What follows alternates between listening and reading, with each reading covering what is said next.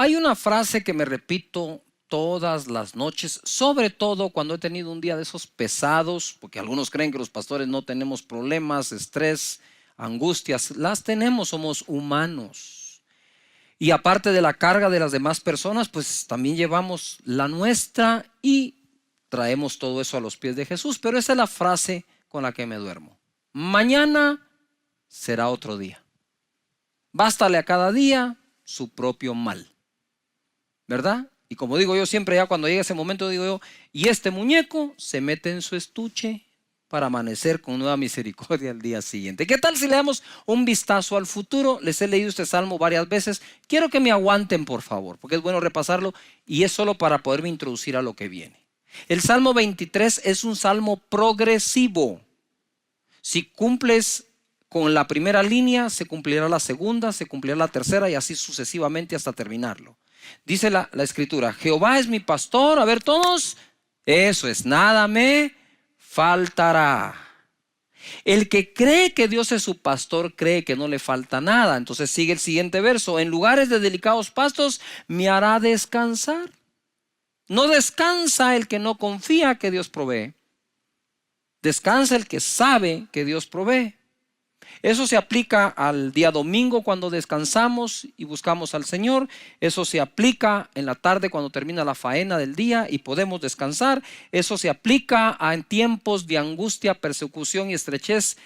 Descansar en el Señor, que nada nos faltará.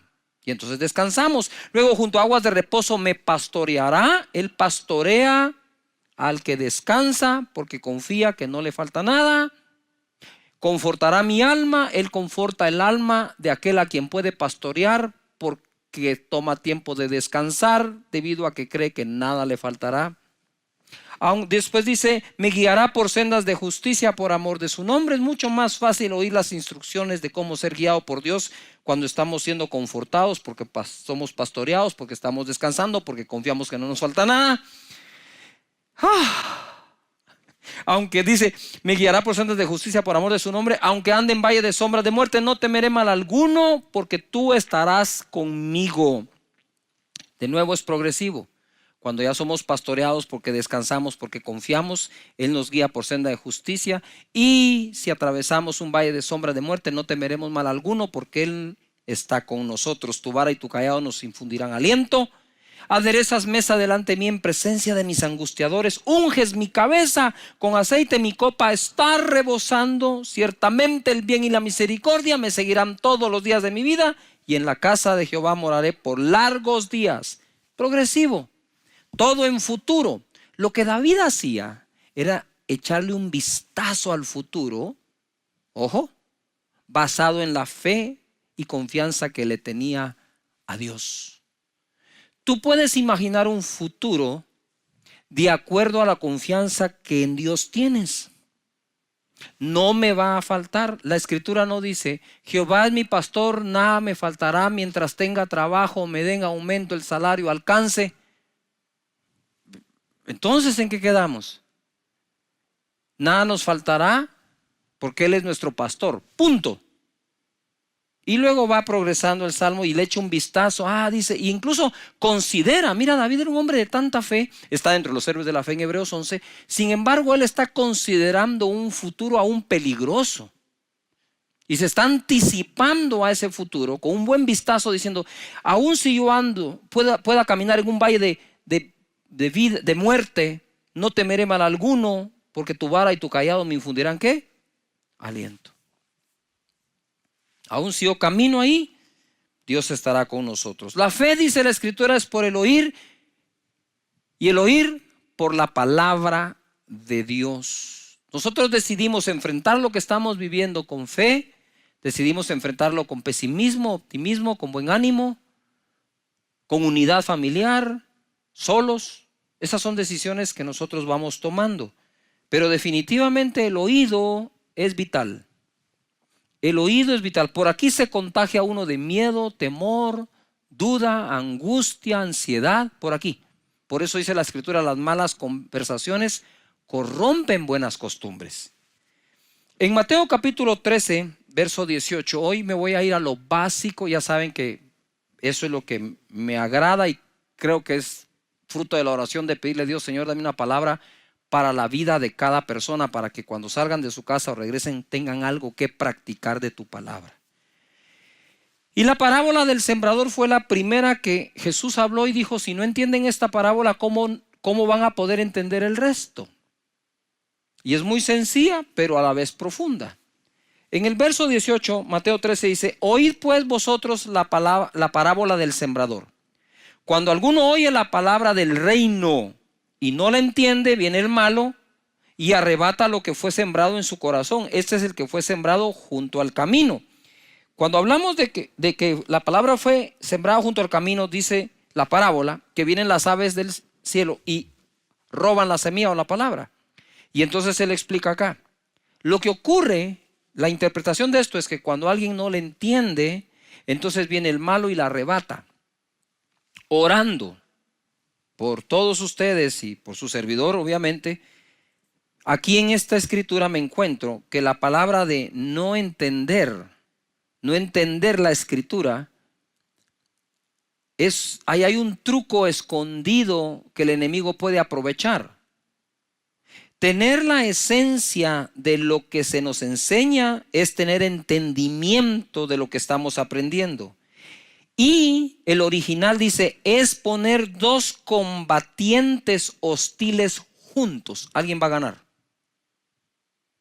Entonces está la capacidad de entender de acuerdo a lo que Dios quiere decir. Y cuando dice no entender o no la entendemos, no se refiere que no entendiste nada, sino que entendiste mal. Quiero de nuevo, entendiste mal, el maligno.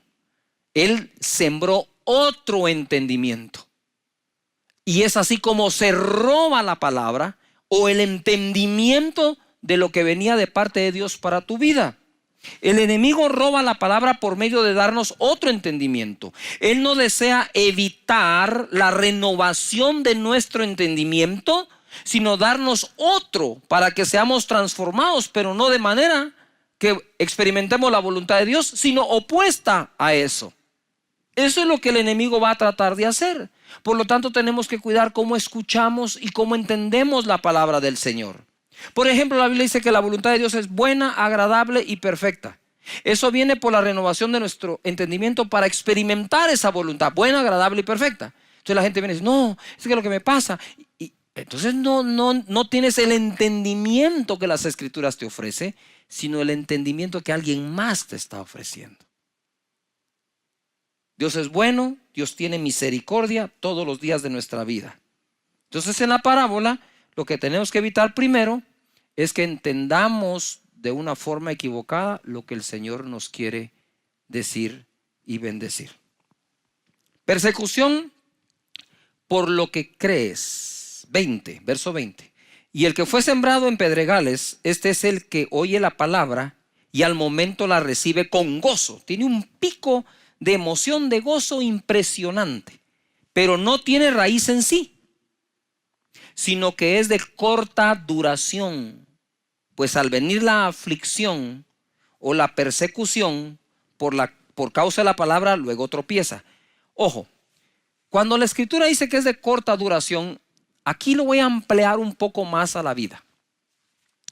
Existen personas que son de corta duración en todo lo que hacen. Siempre están cambiando lo que hacen. Todo les dura muy poco tiempo. Como decía mi mamá, mira, Cash, me decía él, no seas arranque de macho y parada de mula, me decía. Es decir, arranca como caballo de carrera y cuando para se siembra, que no hay quien lo mueva. Y entonces ella también me decía, ay, mira, Cash, tenés que aprender a no ser 14 oficios o 7 oficios, 14 necesidades. Esos proverbios me fueron penetrando poco a poco a mi mente y dándome a mi entendimiento cosas que me sirven para vivir el día de hoy. Entonces las personas que suelen sobreemocionarse positivamente, también suelen afligirse y entrar en temor con la misma intensidad que se gozaron, perdiendo así algo que habían ganado. ¿Por qué estoy enseñando esto? Porque creo que por el Espíritu de Dios puedo ver cómo, debido a todo lo que pasa en esta crisis, hay mucho altibajo emocional. Un día estás, wow, mañana salimos, otro día, ya volvieron a decir tal cosa. Y ahora nos dijeron y ahora nos dicen otra. Y eso va drenando nuestras emociones. Y mire, eso trae un cansancio y trae una fatiga que es difícil soportarla. A mí me pasa, por eso te estoy predicando esto, porque a mí me pasa también, y esta es la palabra que me ha dado para que me pase menos o pueda yo sobreponerme a esto. Estas son aquellas personas que cuando todo va bien, ellos están bien. Te repito de otra forma, son aquellos que están bien cuando todo va bien. Están mal cuando las cosas van mal. Todo estará bien mientras les vaya bien. Estos tropiezan, dice la Escritura, es decir, cambian su caminar y aún su destino por miedo. Corta duración. Has leído 3 capítulos de 15 libros, pero ni uno entero. Yuhu, corta duración. Los proyectos nos van a gustar si son en corto, no en largo. Entonces, cuando soy una persona dada a la corta duración, y luego entonces me emociono cuando recibo la palabra de Dios, pero le aplico la misma conducta de mi carácter. Le aplico a la Escritura la misma conducta diciendo, wow, sí, gloria a Dios, aleluya. Y para abajo otra vez. Entonces hay que componer el oído para entender, hay que componer el carácter también en nuestra vida para tener una mejor tierra para la palabra que Dios nos está dando. Esta palabra de Dios, según Hebreos 4:12, dice que es así. Porque la palabra de Dios es viva y eficaz y más penetrante o cortante que toda espada de 2 filos, ojo, y penetra hasta partir el alma, donde están todas las emociones, y el espíritu, que es el que se conecta con Dios, las coyunturas y los tuétanos, y discierne los pensamientos y las intenciones del corazón. La palabra que Dios te quiere dar constantemente está viva, tiene vida, está viva y es eficaz, es eficiente, es algo que me va a hacer lograr algo bien hecho. Esta palabra, según Mateo 13:22, dice, el que fue sembrado, esta es la tercera tipo de tierra, entre espinos, este es el que oye la palabra, todo la oye, pero el afán de este siglo, el afán de este siglo y el engaño de las riquezas ahogan la palabra y se hace infructuosa. Mas el que fue sembrado en buena tierra, ese es el que oye y entiende la palabra y da fruto. Ojo, la oye, la entiende y da fruto y produce al 100, 60 o 30 por uno. Es un error creer que la buena tierra es únicamente aquella que da 100% del fruto. ¿Qué estamos diciendo en la parábola del sembrador? Es cuando Dios te da una palabra, cuando oyes una prédica, si dieras el fruto de esa palabra, dieras solo el 30%, ya eres buena tierra, así que no hay ninguna condenación. Pero si nosotros vamos limpiándonos de espinos y de abrojos, del afán de la vida, del engaño de la riqueza, de las emociones mal manejadas y de no entenderla, entonces podemos crecer del 30 al 60 al 100%. Hay gente que da más fruto, gente que da menos fruto, pero si ya estás en el 30, eres buena tierra y te declaro buena tierra para la palabra de Dios. Ojo, la palabra de Dios es una buena semilla todo el tiempo y está viva y es eficaz. Sin embargo, se puede ahogar y volverla no fructífera por miedo del afán de este siglo. ¿Qué es el afán de este siglo? Familia que estás allí. El afán de este siglo es básico, elemental. ¿Cuál es? ¿Qué comer, qué vestir, trabajo, paga, salario, empresa, ventas? ¿No es eso el afán de todos los días? ¿No es eso a lo que salís todos los días cuando vas a trabajar? Y luego a veces se nos acusan a las personas que queremos enseñarles cómo a través de la palabra de Dios les va bien ahí. Si no puedo llevar la palabra de Dios a mi trabajo y a la familia, ¿a dónde la puedo llevar? Entonces, lo que quiero decirte en esta oportunidad es que si tengo resuelto el problema del afán por la vida, no el ingreso mensual para la vida, sino el afán de la vida. Porque la palabra no dice que la palabra sembrada en ti se ahoga por un bajo salario, o por mucho salario, o por mucho ingreso, poco ingreso. Dice aquí, se ahoga, la palabra que está viva se ahoga, es decir, se hunde hasta que queda sin respiración y muere. Eso se ahoga si yo tengo afán por la vida. Entonces, de lo primero que tengo que aprender en las Escrituras para poder dar fruto de toda palabra que me siembran es que no me debo afanar por la vida. Eso no quiere decir que eres un irresponsable, sino que en donde trabajas, trabajas confiando que si eso no alcanza, de eso no depende Dios para que Él te bendiga, sino de tu fe, de cómo le crees al Señor. Me mandó un chat un amigo que normalmente me está dando palabras de ánimo, me envía palabras de ánimo, pero esta vez me dice: pastor, gracias por su palabra cuando empezó y cuando enseñó que nada me faltará.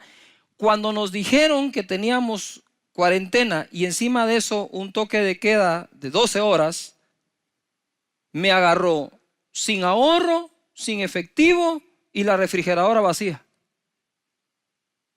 Me sentí morir. Sin embargo, le creí a Dios y no me ha faltado nada. De nada. Tocan a su puerta, gente que no lo conoce, gente que no sabe por qué está pasando. Dicen: mire, sentimos los vecinos traerle esto, aquí está. ¡Wow! ¿Cómo lo saben? Dios hablando a las personas. Entonces, si nosotros logramos quitar el afán de la vida, quitamos lo que ahoga la buena semilla de Dios. Y aquellos que en Él confían, siempre son las personas que más crecen en el Señor, porque no hay nada que ahogue la palabra.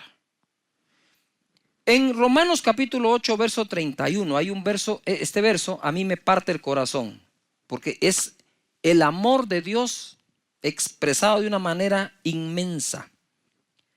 Si Dios nos da lo más grande, ¿no nos dará lo demás? Es una pregunta, ¿no nos dará lo demás? ¿Quién pues, dice, en el verso 31, ¿qué pues diremos a esto? Si Dios es por nosotros, ¿quién contra nosotros? Uy, ese verso lo repetimos a cada rato, sobre todo cuando estamos en angustia. Si Dios por nosotros, ¿quién contra nosotros?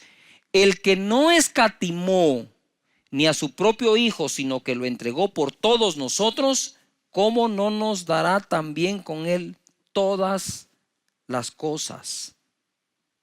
Tenía yo en mi casa, cuando estábamos recién casados con Sonia, he contado esto.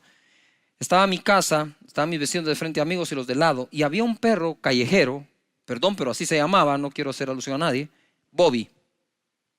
Y Bobby era un perro de fe, digo yo, porque cuando hacía frío, el perro escogía bajo qué motor de carro dormir, y siempre escogía el que recién acababa de llegar porque está calientito.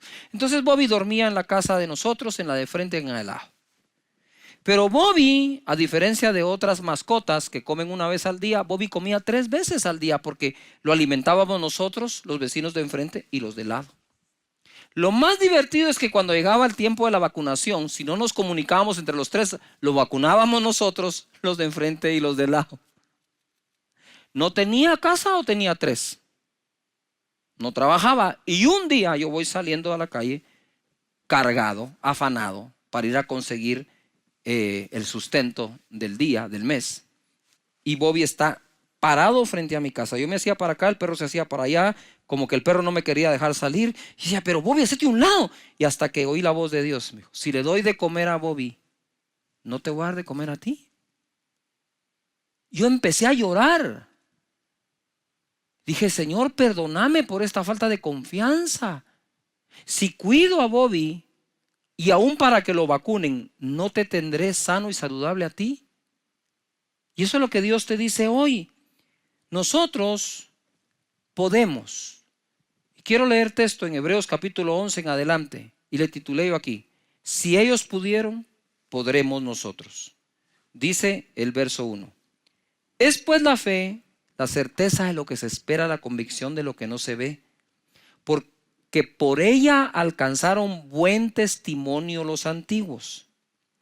Por la fe entendemos haber sido constituido el universo por la palabra de Dios, de modo que lo que se ve fue hecho de lo que no se veía. Y ahora les voy a dar un listado. Y ustedes lo revisan en casa, lo estudian con toda su familia. Esto va a estar muy bonito. Verso 4. Por la fe Abel ofreció a Dios más excelente sacrificio que Caín. Paréntesis. Ustedes saben que la primera obra de fe que registra la Biblia entera fue la ofrenda de Abel. Y por eso él alcanzó mejor testimonio que su propio Caín, que lo llegó a matar de envidia. 5. Por la fe Enoc fue traspuesto para no ver muerte.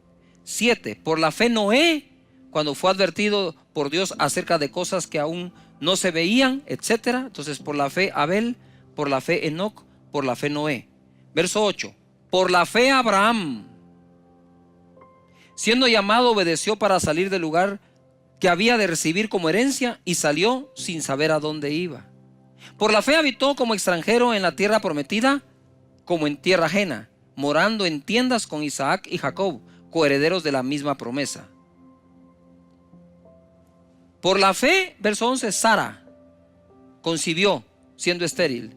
Verso 20, por la fe bendijo Isaac a Jacob y a Esaú respecto a cosas venideras. Verso 21, por la fe Jacob. Verso 22, por la fe José. Verso 23, por la fe Moisés.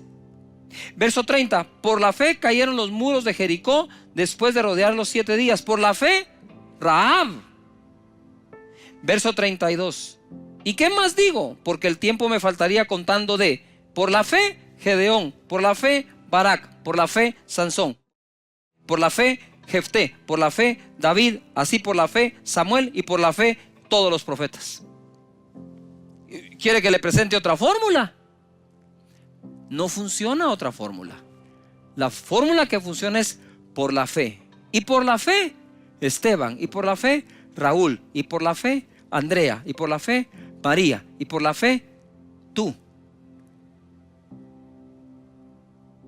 Por la fe tú.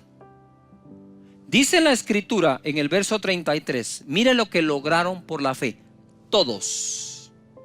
O sea, más, como dicen en mi tierra, más claro no canta un gallo, pues. Ya está claro cómo es. Verso 33. Que por fe, ¿por qué? Por fe, así es, por fe. Certeza de lo que se espera, convicción de lo que no se ve. Y estamos en medio de una situación mundial en donde tenemos que caminar por fe, no haciendo caso a lo que vemos, sino a aquello que Dios ha prometido. Por la fe conquistaron reinos, hicieron justicia, alcanzaron promesas, taparon boca de leones, apagaron fuegos impetuosos, evitaron filo de espada, sacaron fuerza de debilidad, se hicieron fuertes en batallas, pusieron en fuga a ejércitos extranjeros. Las mujeres recibieron sus muertos mediante resurrección, mas otros fueron atormentados, no aceptando el rescate, a fin de obtener mejor resurrección. 36. Otros experimentaron vituperios y azotes, y a más de esto, prisiones y cárceles. Fueron apedreados, aserrados, puestos a prueba, muertos a filo de espada. Anduvieron de acá para allá, cubiertos de pieles de ovejas y de cabras, pobres, angustiados, maltratados. 38. De los cuales el mundo no era digno. Y cuando tú ves la cantidad de personas que están acá, ninguno de ellos fue perfecto. No fue precisamente como decimos el santo de nuestra devoción, pero fueron agradables delante de Dios y alcanzaron buen testimonio porque a Dios le creyeron. Verso 39. Y todos estos, aunque alcanzaron buen testimonio y el mundo no era digno de ellos, mediante la fe no recibieron en aquel entonces lo prometido, para que una cosa se cumpla, proveyendo Dios alguna cosa mejor para nosotros, para que no fuesen ellos perfeccionados aparte de nosotros. Por la fe, por la fe, por la fe. Y ahora quiero terminar en este momento con algo que me impresionó. Si Dios pregunta, debemos responderle. Y en Mateo capítulo 6, verso 28, dice: ¿por qué os afanáis? ¿Por qué os afanáis? ¿Acaso tú no vales más que las aves y eres mejor que un lirio? ¿Por qué os afanáis? Y en este momento, cuando yo estaba leyendo esto, en mi casa, preparándolo, empecé a llorar, porque la pregunta se la hace a todos y me la ha hecho a mí. ¿Por qué te afanas? Porque me hace falta, porque hay un terror afuera, porque hay una peste, porque hay una pandemia, porque hay una enfermedad, porque hay un virus. Y cuando yo leo esto, la primera sensación que tuve fue no contestarle a Dios, o no tengo respuesta. Y el Espíritu Santo me dijo: quiero oír sus respuestas. Cuando te digo ¿por qué te afanas?, te lo estoy preguntando. Quiero saber qué es lo que te provoca. Yo pienso que es un buen momento para decirle a Dios: Señor, soy sincero contigo, estoy afanado, tengo miedo, tengo temor, tengo incertidumbre, estoy lleno de ansiedad. Dios no quiere esas personas que presumen no tenerlo. Él quiere gente sincera que le diga: sí, estoy muy afectado, Señor, por lo que está pasando. Estoy hasta confundido. Está bien, háblalo, decilo. Es tu Padre. Él no regaña, Él enseña. Él no te va a regañar: no deberías de estar afanado, no miras que cómo soy de bueno. No, pero lo puse así en letra grande: ¿por qué os afanáis? Más adelante dice: no se afanen diciendo. No se afanen por el día de mañana.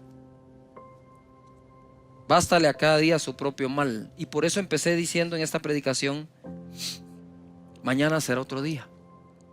Mañana será otro día. Padre, gracias te doy por cada hogar conectado, por cada casa, por cada conexión, por cada persona. Estamos cargados, Señor. Te lo reconocemos, lo aceptamos. Pero también tú dijiste que le esté cargado y trabajado, que venga a ti, que tú lo harás descansar. Señor, la unción que estoy sintiendo aquí, fuertísima sobre mis hombros y espalda, que pudra todo yugo en este momento. Si tú estás en casa, extiende tu mano al dispositivo, a la televisión, donde quiera que estés, extiende tu mano. Hay una unción fluyendo en este momento hacia ti que va a podrir todo yugo, toda preocupación, todo afán, toda angustia, toda incertidumbre. En el nombre poderoso de Jesús ordeno que todo eso se largue ahora mismo de la vida de las personas que están conectadas acá. En el nombre de Jesús. Y que cada uno lleve este mensaje a otra persona que lo nota preocupado. En Cristo Jesús sean libres de esto. Y tú que quieres recibir a Jesús en tu corazón, repite conmigo en voz alta en tu casa, ahí con todos: Señor Jesús, yo te doy gracias por haber muerto por mí, por perdonar mis pecados, por lavarme con tu sangre.